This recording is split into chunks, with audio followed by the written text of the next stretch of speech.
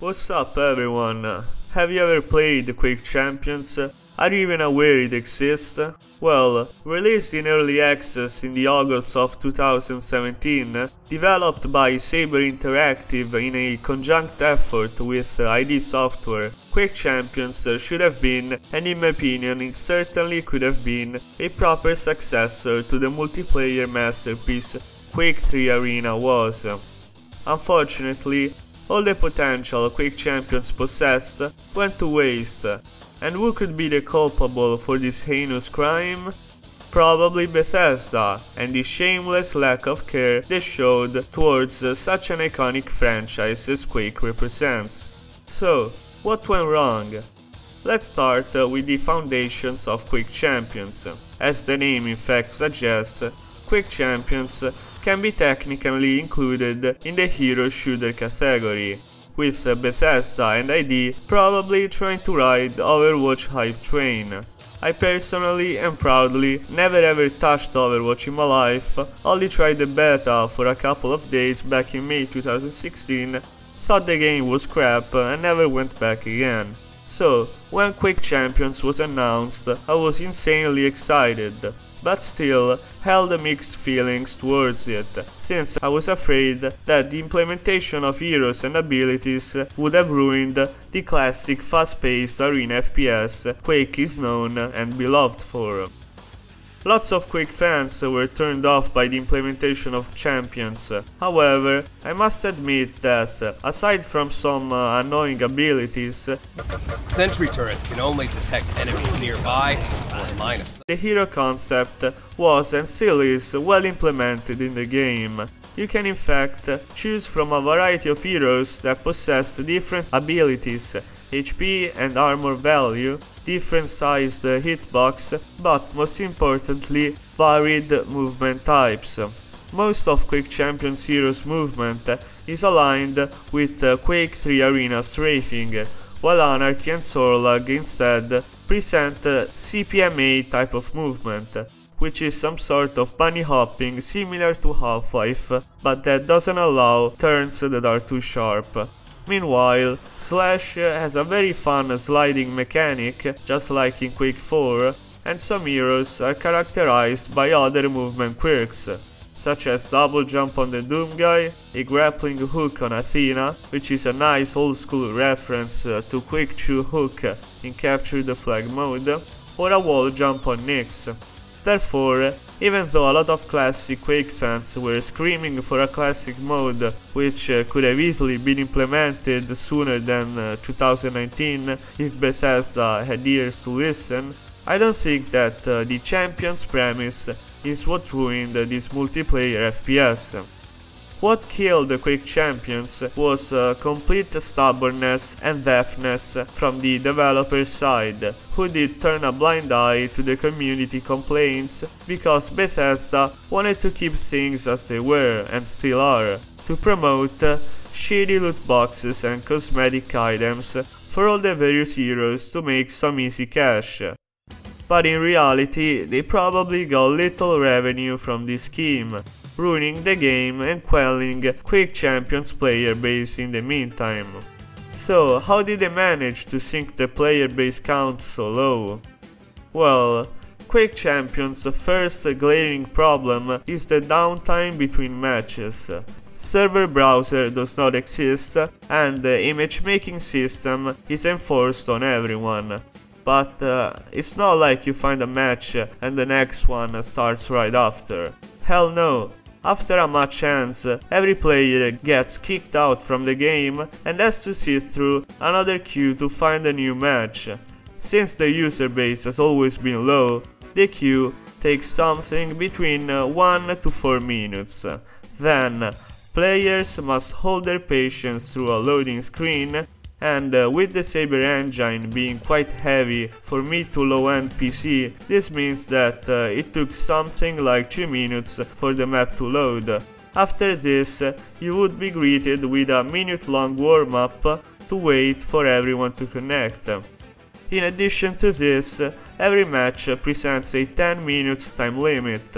However, in modes such as Deathmatch, the first player to reach 50 frags wins, and a 50 frag limit for a good player can take as little as 6 minutes. Basically, to play 10 minutes, if you were lucky, you had to wait half of the time span just because Bethesda wanted to show you how much EXP you gained, all the loot boxes you earned, to encourage browsing the shop and hopefully spend some money on items. Thank God, these items are purely cosmetic, but I believe that no Quake player ever cared about all this vain junk, especially considering how Quake Live graphic was appreciated for its utter cleanliness and standardized look. Moreover, in previous Quake games you could simply download a new model or add-on for your weapons instead of buying a bunch of shiny pixels with your mom's credit card. The best part was that, during the first couple of years of Quake Champions' existence, players were begging for a fix to the netcode and hitboxes along with community support. Bethesda and ID instead happily rolled out patches that only added new skins or battle passes to the game, without acknowledging in the slightest the players' very founded complaints.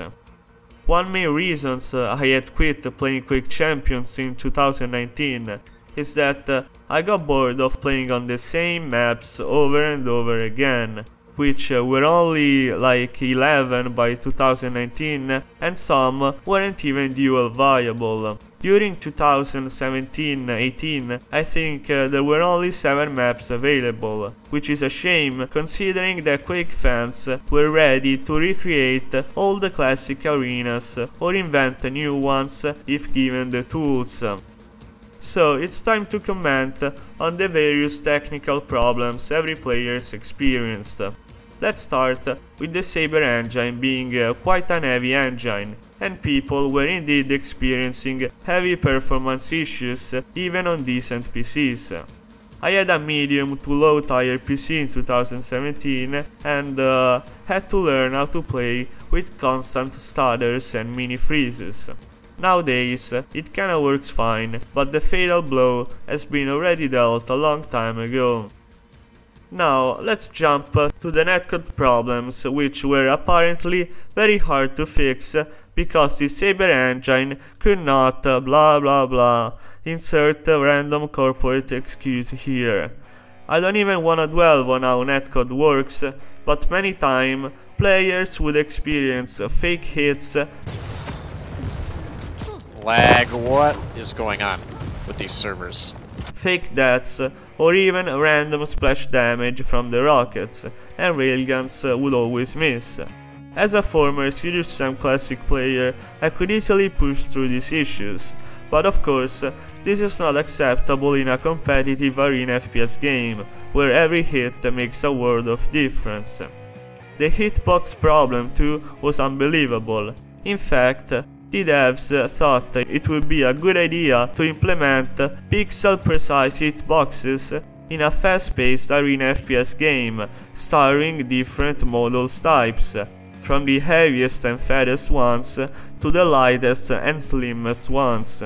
And for the latter type of heroes, which are called light heroes, precise hitboxes made them absolutely broken. Anarchy in particular, which model you can observe on the screen, had all kind of different gaps in his model you would shoot through without obviously dealing any type of damage. Combining his hitbox with his lightning fast movement speed, if he was controlled by skilled players, and playing against him was hell on earth. Whenever I had to play against one, I would not use the railgun cause I already knew it would miss. Eventually, hitboxes made of boxes were implemented in the game and playing felt 10 times better. It took around a year to fix the hitbox and netcode problems, a span of time that is quite long enough to make all the fans interested in a new Quake game to abandon it. What happened to Quake Champions is a true shame, because after these latter 2 fixes, the game was, at least gameplay wise but most definitely not content wise, perfectly ready and viable to be a dign and proud successor to Quake 3 Arena. But Bethesda and the dev's stubbornness and blindness to all the downtime and scarcity of maps ruined the fun for me and every other Quake Champion player. I have almost 2000 hours on this game, with 400 of them probably spent in loading screens. Another feature a lot of fans were eagerly waiting for was Time Limit Duel, which was only released in June 13, 2019. If you didn't know, Quake Duels had a 10-15 minute time limit, while in Quake Champions you have a best of 3 round-based system, with every round consisting in 3 different champions which get deleted each time one champion dies. This was a problem for classic Quake players because it disincentivized risky plays, which are a huge part of Quake Duels, because if a player has got too much health and armor, sometimes you had to sacrifice a frag to chip him down and regain map control. With only 3 utilizable champions, sacrificing one of them is not a smart option at all. This represented another L for the game. The truth with Quake Champions handling is that the game was severely underfunded. It's like Bethesda or ID didn't even believe that a Quake game could ever be successful or earn them a fat stack of cash. Thus, they left Quake Champions in a corner to rot. The biggest problem is that many Quake fans who were ready to help in the development of new maps, new game mods, Capture the Flag only came out on the 20 December 2018, and even new cosmetics. Sadly, they were never handled the tools to do so because the engine was owned by Saber, and for some bureaucratic reasons it seems that the Jews couldn't give the code out, thus leaving everyone at a loss. As a consequence, Bethesda made zero money, and the ArenaFPS genre is still as unpopular as it has been in the past 10 years. I still invite you to try Quake Champions out.